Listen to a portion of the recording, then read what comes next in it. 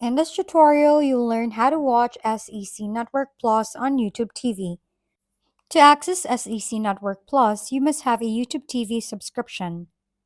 Let's follow the step to get started. Go to the YouTube TV website or download the YouTube TV app. Click on Try It for Free button if you're a new user, or log into your existing account. Just follow the on-screen instructions to set up your subscription. Ensure that your subscription includes access to the SEC network, as SCE Plus is an add-in. Once you have a subscription, check the SEC network and SEC Network Plus included in your channel lineup. Open the YouTube TV app or website, go to the Live tab, search for SEC Network to ensure it's part of your channels. If it's not included, consider upgrading your subscription or adding the channel.